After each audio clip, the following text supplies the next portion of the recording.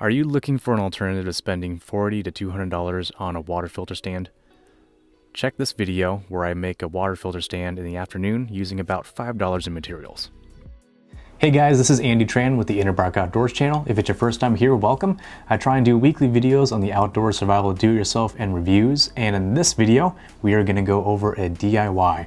This is a stand that I made for our Berkey water filter, but it can be used for pretty much anything that you want to elevate off of a surface. So it could be a potted plant, it could be a water filter, it could be a water dispenser, you name it. And since this is a custom design, you can make this as high or as low as you want.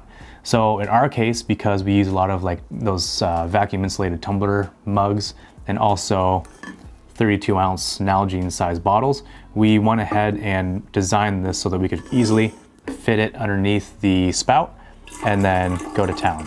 So it's a really quick and easy thing, very minimal tools. I just use hand tools instead of bringing out all my woodworking stuff. And yeah, about $5 in about, half an afternoon, you're rock and rolling. Check it out. We'll start by measuring out the diameter that we want the stand to be. I want a little bit wider for room between the filter and the stand itself. So in this case, we are going to make it 10 inches. Marking our 2x4s, which is a standard building stud, this will be the main structure for the stand. I didn't want to bring out my miter saw, so I just used a regular circular saw.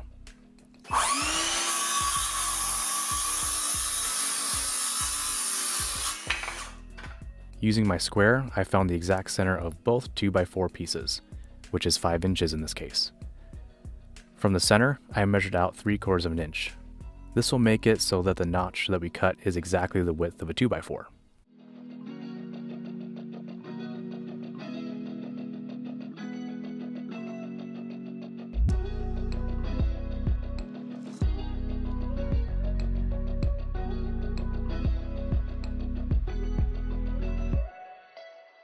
We will also want to mark down halfway the width of the 2x4 so that when they both come together, they line up nicely and are flush. We'll do this for both pieces of wood.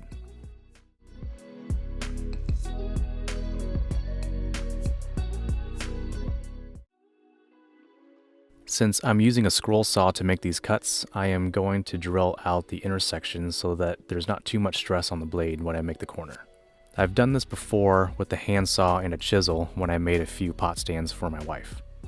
So if you don't have a full wood shop, have no fear.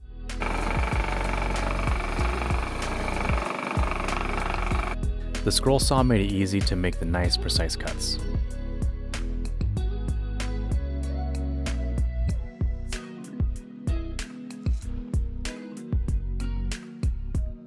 If you do everything with tight tolerances, the two pieces of wood will fit very snug together, and that means you won't have to use any fasteners. But if it's a little bit loose, you can use a 2-inch screw at the joint to tie it all together. For this stand, I decided to use 12-inch long legs made out of 2x2. The tops of the cuts have 45-degree angles.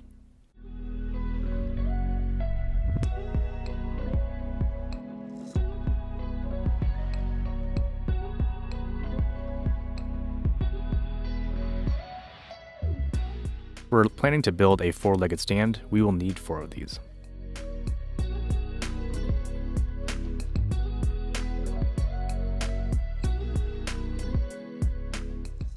Using a benchtop belt sander, I cleaned up the edges of all my cuts.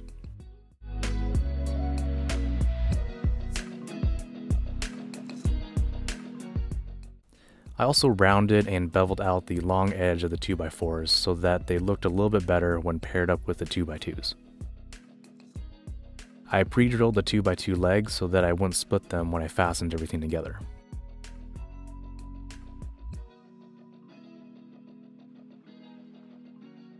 Since I don't have a fancy depth gauge, I wanted to sink these fasteners a little bit deeper than the surface, so I used an appropriate sized drill bit and used a piece of tape as my depth gauge.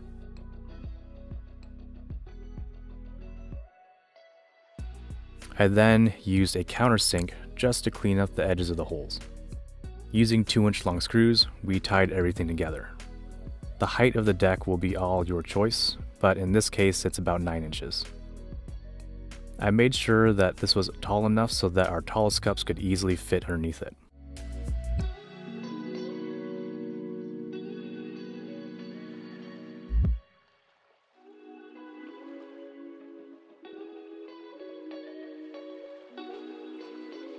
Since I didn't bring all of my big shop tools to make the cuts, there was a few pieces with some tolerances that I had to make up with the sander.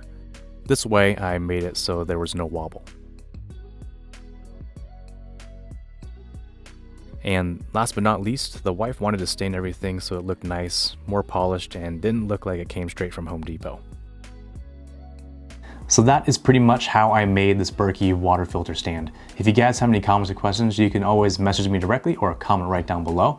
If you guys enjoyed the video, please like, share, and subscribe. Also check out my Facebook page, Instagram, and other social media. It really helps me know these are the kind of videos you want to see. But as always, take care out there.